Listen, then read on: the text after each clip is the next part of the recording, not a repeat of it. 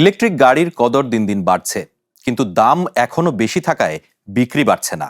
বরং গাড়ি তৈরি করে বিক্রির জন্য জমিয়ে রাখতে না চাওয়ায় উল্টো উৎপাদন কমাচ্ছে কিছু প্রতিষ্ঠান। অবশ্য ভবিষ্যতে এই পরিস্থিতি বদলে যাবে বলে আশা করছেন নির্মাতারা।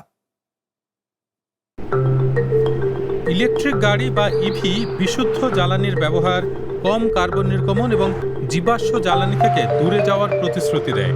নতুন এই প্রযুক্তির প্রতি মানুষের আগ্রহ অনেক।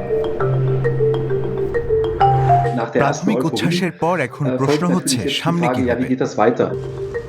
যদিও ইভির সংখ্যা সাম্প্রতিক বছরগুলোতে দ্রুত বেড়েছে, রাস্তায় সেগুলোর উপস্থিতি আনুপাতিক হারে এখনো কম।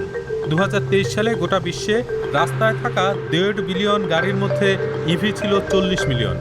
এর কারণ কি? পুরো ইভি মার্কেট, বিশেষ করে ইউরোপে, এখনো উন্মেষকালে রয়েছে। তবে ইভি এখন ব্যাপক দৃষ্টি কাটছে। অন্যদিকে এগুলোর উচ্চ নির্মাণ খরচের কারণে, যা অবশ্যই পরিশোধ করতে হবে, সেগুলো কেনার খরচ কম্বাসশন ইঞ্জিনের তুলনায় কখনো কখনো বেশি। এবং এই দামের কারণে অনেক ক্রেতা এখনো ইভি থেকে দূরে রয়েছেন।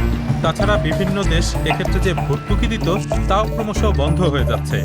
জার্মানিতে এমনটা ঘটায় নতুন ক্রেতার হার কমে গেছে। গত কয়েক বছরে ইভির জন্য রেজিস্ট্রেশন বেড়েছে এবং এই বৃদ্ধি ধারাবাহিকভাবে ঘটেছে।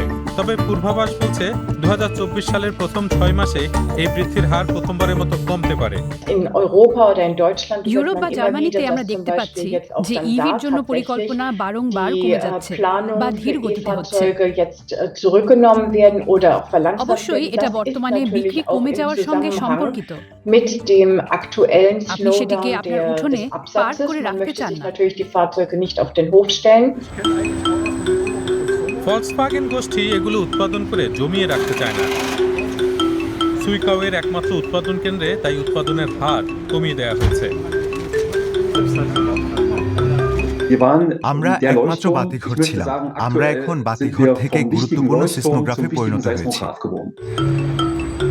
সুইকাওয়ের কেন্দ্রটিকে 2020 সালে শুধুমাত্র ইলেকট্রিক গাড়ি উৎপাদনের জন্য প্রস্তুত করা হয়।